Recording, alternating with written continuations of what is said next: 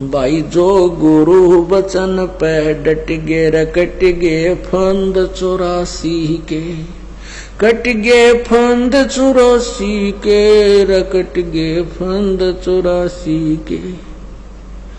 भाई जो गुरु बचन पे डट गे रकट गे फंद 84 के। वस्तु मिली ठोर की ठोर मिट गई मन पापी की दौड़। वस्तु मिली ठोर की ठोर मिट गई मन पापी की दौड़। ये भरम मिटे मथुरा काशी के, भरम मिटे मथुरा काशी के। भाई जो गुरु बचन पर डट गे रकट गे फंद 84 के। उसको मेरा ही स्वरूप जानना, अन्य में आस्था ना करना। अब जैसे एक गणित में एक प्रश्न आता है, उसमें मूलधन निकालना होता है, मूलधन ज्ञात करना होता है। वो मूलधन तो करोड़ों के रूप संख्या में होता है, 8 करोड़ 20 लाख 25,000 इस तरह का। उसको प्राप्त करने के लिए हमने क्या करना होता है? उस प्रॉब्लम में, उस प्रश्न में मान लीजिए मूलधन 100 रुपये। वो करोड़ों रुपए के मूलधन को प्राप्त करने के लिए हमने मानना पड़ता है, मान लीजिए मूलधन 100 रुपये। और मूलधन 100 रुपये मानकर फिर हम उसका वो रेट निकाल लेते हैं ब्याज का, फिर उसको मल्टीप्लाई करके जो अपना ओरिजिनल धन है, वो मूलधन है, उसको प्राप्त करते हैं। तो परमात्मा रूपी मूलधन को पाने के लिए आप जी ने सपोज करना पड़ेगा, मान लीजिए गुरुजी हमारे भगवान हैं। गुरुजी गुरुदेव वो भगवान नहीं है जिसको हमने पाना है, लेकिन आपने ये मानना पड़ेगा गुरुजी भगवान है।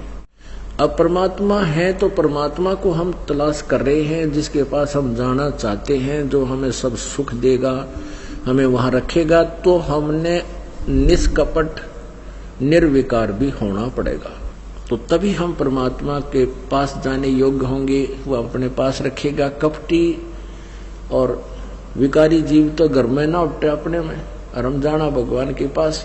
तो आप जी ने एक रिहर्सल करनी है इस दास के साथ पास आकर के, कि जैसे इस दास के स्थान पर परमात्मा है, ये सोच लीजिए। तो उससे आप कैसा व्यवहार करोगे? भगवान आपके पास आ जावे, आपने कैसे बोलना होगा, कैसे उसके साथ व्यवहार करना होगा, उनके आदेश का किस प्रकार पालन करना होगा, कैसे करोगे? जो पुण्य आत्मा है वो खूब समझते हैं कि भगवान जिसके लिए हम तड़फ रहे हैं, जो हमें सदा सुखी करेगा, सारे दुख दूर करेगा, और उससे हम मिलने जा रहे हैं, फिर वो जो आदेश देगा वो शिरोधार्य होता है। हे पुण्यात्मा, आप तो अपने सतर से सोच ही सकते हो, लेकिन दास बता सकता है जब भगवान दास के सामने आ जाए तो क्या करेगा, किस प्रकार भाव होगा, किस प्रकार उसकी तरफ देखेंगे हम, कैसी हमारी स्थिति होगी। ये तो कहते हैं ऐसी है जैसे गूंगा गुड़ खा के फिर ना डलाया करे, बताई नहीं जा सकती हमारी क्या स्थिति हुई। तो ऐसी आपने ये देखना है कि मैं गुरुजी के पास जाता हूं तो कैसे व्यवहार करते हैं हम, और भगवान के सामने कैसे व्यवहार करना चाहिए। तो धीरे धीरे आपने इसमें ढालना है अपनी आदत को कि गुरु नहीं, हम भगवान से मिलने जा रहे हैं। क्योंकि मान लीजिए मूलधन 100 रुपये, ऐसे आपने चलना पड़ेगा। और भक्ति विधि में जो ये दास बतावे, भक्ति की विधि वही आपने करनी है, किसी और के बताए से नहीं करनी। अब 10-5 दिन पहले कुछ भक्तों में एक ऐसी भ्रमणा फैल गई थी। 1-2 दुष्ट आत्मा पहले हमारी शिष्या थी, अब वो बकवाद करती हैं, अपने हिसाब से वो सेटिंग करती है। उनमें से एक में भूत आता है, प्रेत, और वह दूसरी नौका है इसमें भगवान नाम है कबीर साहब। फिर उसकी चापलूसी क्या है कि पहले कहती है कि गुरुजी ही सब कुछ है, अब दास से शुरू करती है, फिर कहती है ये गुरु है ना जो इसमें परमात्मा कबीर जी आते हैं, और इससे प्यार करो। ये भक्ति विधि बतावे ऐसे करो, सुबह 2 बजे उठकर 5 बजे तक भजन करो और बाकी समय में फिल्मी गाने गाओ। अरे कर्म ही नो थारे फूट के बाग। तो पुण्यात्माओं, ये दास डॉक्टर है और एमडी है, डॉक्टर समझो जो लेटेस्ट सुप्रीम, इस भक्ति मार्ग का ये दास डॉक्टर है और कोई नहीं पृथ्वी पे, बाकी सब मरीज हैं। और मरीज से के कहने से मरीज दवाई लेने लग गया, दोनों मरेंगे, क्योंकि वो तीनों मरेगा, उसने दवाई गलत खा ली, उसको ऊपर एक्शन होगा, क्योंकि परमात्मा उससे नाराज होगा। ये भक्ति का जो ट्रीटमेंट है ना, टेबलेट दास बताओ वैसे ही लेनी है आपने, अर्थात जैसे भक्ति दास के ऐसे करो। नाम उठत नाम बैठत नाम सोत जागवे, नाम खाते नाम पीते नाम से तिलागवे। मान लीजिए आपका सुबह उठने का अभ्यास है तो अच्छी बात है, उठ जाइए, उठ कर कर लो, लेट कर कर लो, बैठ कर कर लो, आंखें खोल कर कर लो, बंद करके कर लो, लेकिन सिमरन पर ध्यान रखना पड़ेगा। मैं क्या सिमरन कर रहा हूं, किस मंत्र का जाप कर रहा हूं, उस मंत्र पर सुरत नृत मन। और चौथा ये श्वास, पवन जिसको बोलते हैं, ये चारों मिलाकर करनी पड़ेगी। और इसको चाहे इस सिमरन को आप माला से कर ले या बिना माला से कर ले, वो आपकी इच्छा। जैसे पहली वाले बच्चे होते हैं, जैसे कलम तख्ती पर लिखते हैं, बार बार उसको मिटाते थे, लिखते हैं, फिर बड़े होकर के उनको ना आवश्यकता पड़ती है तो कोई आवश्यकता नहीं। लेकिन माला से जाप करना अच्छा है, बुरा नहीं, क्योंकि परमात्मा कहते हैं ऐसे जाप ना करो जैसे माला तो कर्म फिरे और जीव फिरे मुख माही और मनवा तो 14 पर, ये सुमरण नहीं। माला आपके हाथ में है, आप मणियां तो फेर रहे हो, मन का फेर रहे हो, और जीभ भी बोल रही है, मन उस पर लगा नहीं, तू बोल क्या रहा है? कहते ये सिमरण नहीं है। कर का मन का डार के मन का फेर, यानी केवल हाथ से मन का फेर रहा, इससे नहीं लाभ होगा। मन को इस श्वास के ऊपर लगा, यानी सांस का, जब भी आप सिमरन करते हो तो आपको ये ज्ञान होना चाहिए मैं बोल के रहा हूं। जैसे सांस सुमन करते हो, बाहर कौन सा मंत्र बोल रहे हैं, छोड़ रहा हूं, उसके ऊपर ध्यान हो, मैंने श्वास से क्या बोला। और जप्पा जाप है, ये बोल के नहीं करना, यानी इसको सुरत और शब्द अभ्यास कहते हैं। सुरत और शब्द, शब्द तो ये मंत्र है, ये जैसे बाहर छोड़ा उस शब्द पर ध्यान लगावे, तो सुरत शब्द ये अभ्यास करें। सिमरन जब करे तो आपका नाम के ऊपर ध्यान हो, चित्त हो उस पर, तो वो सिमरन सही है। अंदर कौन सा लिया, क्या बोला, तो ये तो सिमरन है सही। और वैसे आप श्वास चल रहा है, आप ध्यान कहीं घूम रहे हो, कहीं जा रहा तो वो नहीं। जैसे आप प्रथम मंत्र जाप करते हो, उसमें भी मैं क्या बोल रहा हूँ, पहला मंत्र क्या बोला जा रहा है, दूसरा भी, तीसरा भी, उसके ऊपर ध्यान रहे मैं के बोल रहा हूँ। और रह रहकर ये भी कभी कभी याद आ जाए कि आपको ये पता हो कि ये प्रथम मंत्र किसका है, दूसरा किसका, तीसरा, चौथा, पांचवा, ये किस किस देव शक्तियों के हैं, ये भी आपको ध्यान में रह रहकर एक आधी बार आ जाना चाहिए। अन्यथा जैसे बोल रहे हैं उस मंत्र पर अवश्य ध्यान रहे मैं बोल क्या रहा हूँ, चाहे उच्चारण उसको वैसे प्रथम मंत्र उच्चारण करके भी कर सकते हो, लेकिन ध्यान अवश्य रहे, मन मन में भी कर सकते हो। और जो दूसरा मंत्र सतनाम है, इसको केवल श्वास से किया जाता है, उस पर भी ध्यान रहे मैं बाहर क्या छोड़ रहा हूं, अंदर कौन सा ले रहा हूं। 2 अक्षर का होता है ये सतनाम, 1 अक्षर बाहर छोड़ना होता है, 1 अंदर लेना होता है।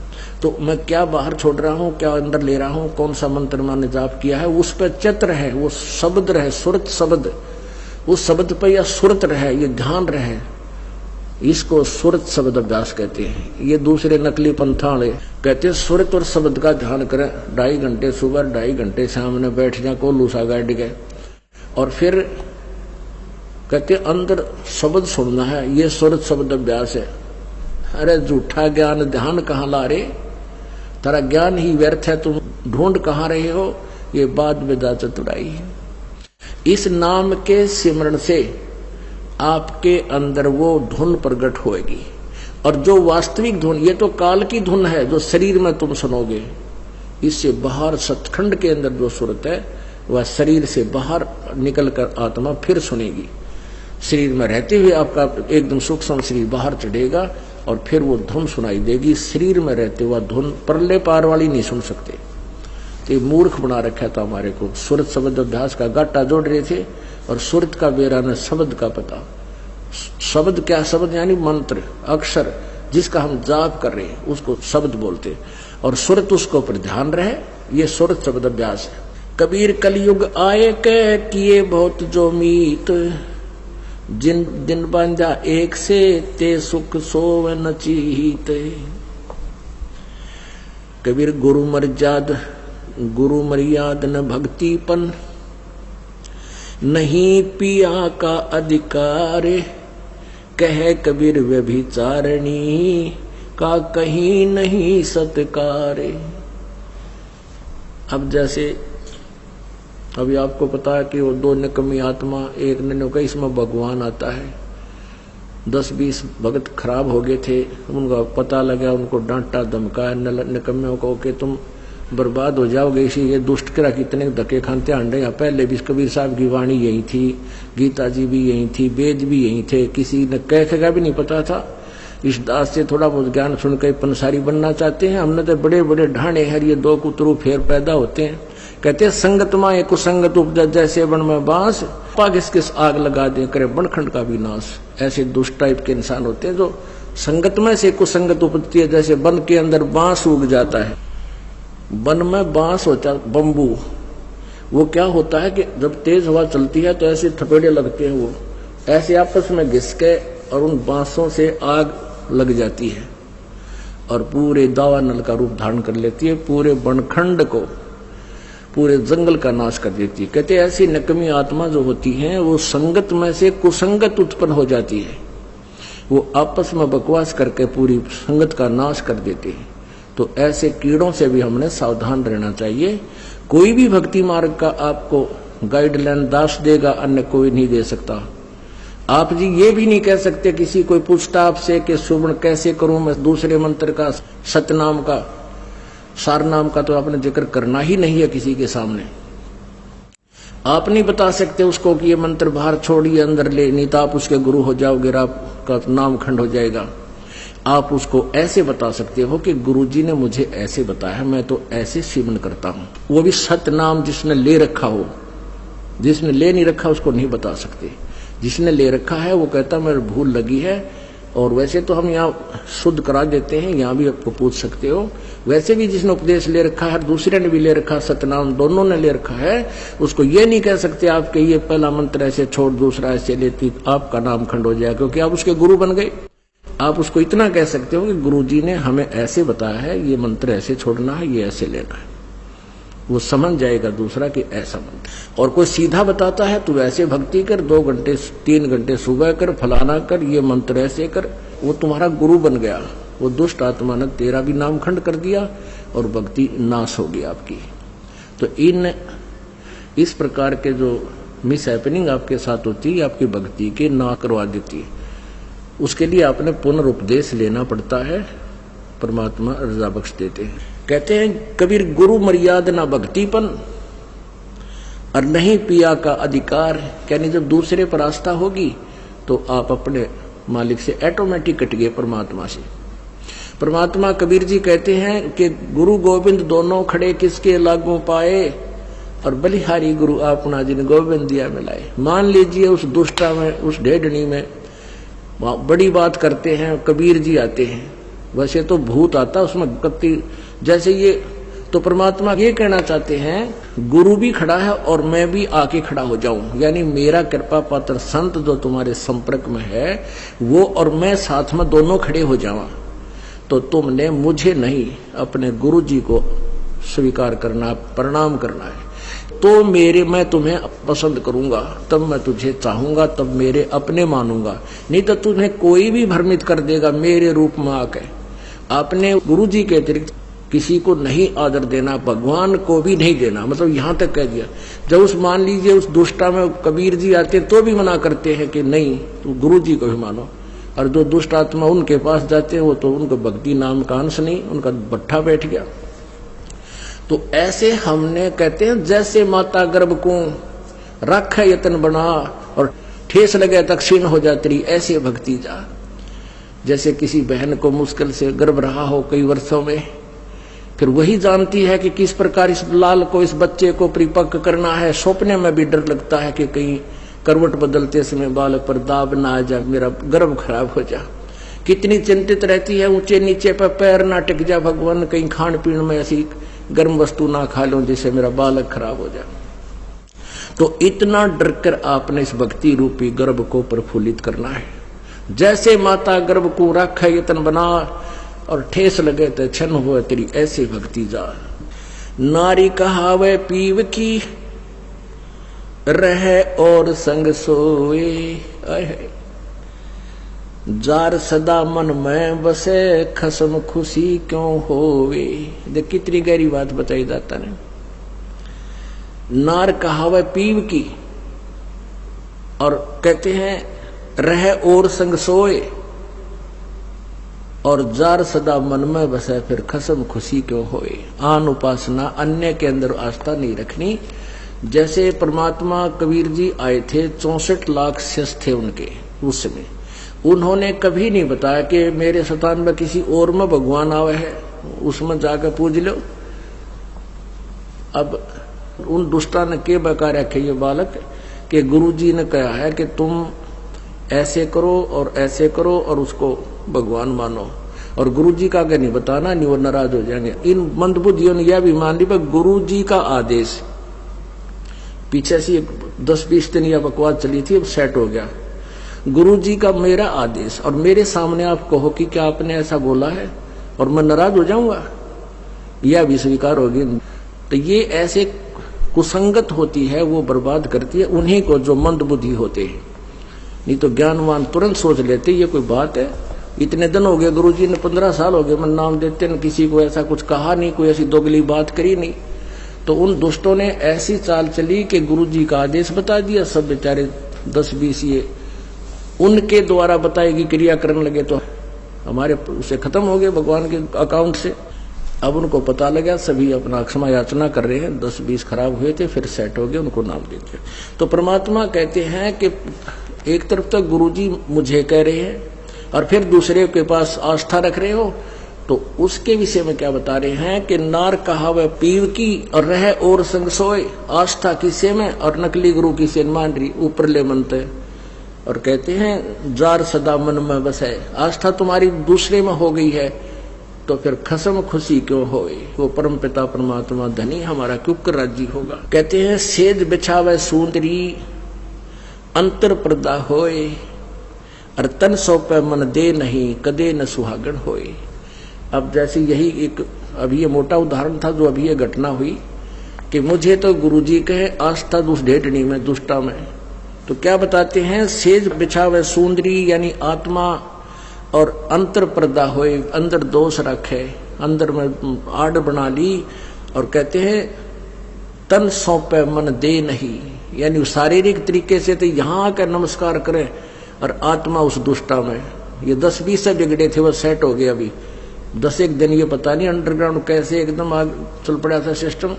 तो दास को पता चला, जब उनको बता दिया कि तुम्हारा सब कुछ बर्बाद हो गया, तो उन प्यारी आत्माओं ने बहुत दुख हुआ इस बात का कि हमारा तो सारा नाश कर दिया उस नालायकों ने। ऐसे बहुत से झटके आएंगे, लेकिन ये हमारे ये परमात्मा का बाग किसी से बिगड़ नहीं सकता। ये तो पूरे ब्रह्मांड में छावेगा। ये बड़े बड़े ये टीरी खा ये ढाने हमने, ये बड़े बड़े पंथ पंडेर ये नए कुतरू आगे थोड़े हमारी संगत को खराब कर सकते हैं। परमात्मा कहते हैं जब तुम भक्ति करते हो और पतिव्रता पद पर रहते हो, यानी 100 वर्ष तो सतगुरु पूजा एक दिन आन उपासी, वो अपराधी आत्मा भाई पड़े काल की फांसी। 100 वर्ष तो आप वो साधना कीजिए जो दास आपको बता रहा है, और एक दिन आन किसी के कहने से आन उपासना कर ली, कहते वो अपराधी आत्मा फिर पड़े काल की फांसी। वो साधना आपने किसी और के बताई हुई नहीं करनी है। और जब आप पतिव्रता पद पर रह करके साधना करोगे, पतिव्रता पद का मतलब है केवल एक ही गुरु और दूसरा पृथ्वी पर नीचे भगवान भी आ जावे। ये मालिक कहते हैं गुरु गोविंद दोनों खड़े किसके लागू पाए, उन्हीं का आदेश है। इसीलिए है कि आपको ये काल और अपने दूतों के द्वारा हमारे रास्ते से भ्रष्ट कर देता है। फिर कुछ दिन आपका पुण्य आपके साथ होता है, वो पहले किया हुआ जो इस सत भक्ति का, तो वही आपको देता रहता है। आप सोचते हो मुझे कुछ हानि भी नहीं हो रही है, गुरुजी भी त्याग दिया है और मैं अब साधना भी अपने हिसाब से ही कर रहा हूं, तो पिछला पुण्य जब तक चलेगा, वह बैटरी जितनी चार्ज होगी थी, चार्जर हट गया, चार्जर हटा देने से बैटरी फिर भी काम करती है, इन्वर्टर के पंखे बल्ब फिर भी जगते रहते हैं, लेकिन आगे चार्जर ठीक ना लगने से फिर एकदम सभी आपदाएं आएंगी, सभी बल्ब भी बंद हो जाएंगे, चश्मे ट्यूब बंद हो जाएंगी, पंखे भी नहीं चलेंगे क्योंकि वो डिस्चार्ज होगी। तो परमात्मा कहते हैं 100 वर्ष तक सतगुरु पूजा, एक दिन आन उपासी, वो अपराधी आत्मा फिर पड़े काल की फांसी। और पतिव्रता पद पर यानी अन्य की कोई आस्था नहीं रखनी, केवल ये दास जो बताओ वही साधना आपने करनी है, उसी तरह नियम रखने हैं। कहते पतिव्रता जमी पर जो जो धर है पांव, और समरस झाड़ू देते है ना कांटा लग जाए। आपके जीवन रूपी सफर को परमात्मा आपके पाप कर्म रूपी कांटों को ऐसे बुहार देगा, साफ करके रखेगा, कहीं मेरे बच्चे को, मेरी प्यारी आत्मा को ये कर्म रूपी कांटा दुख ना दे दे।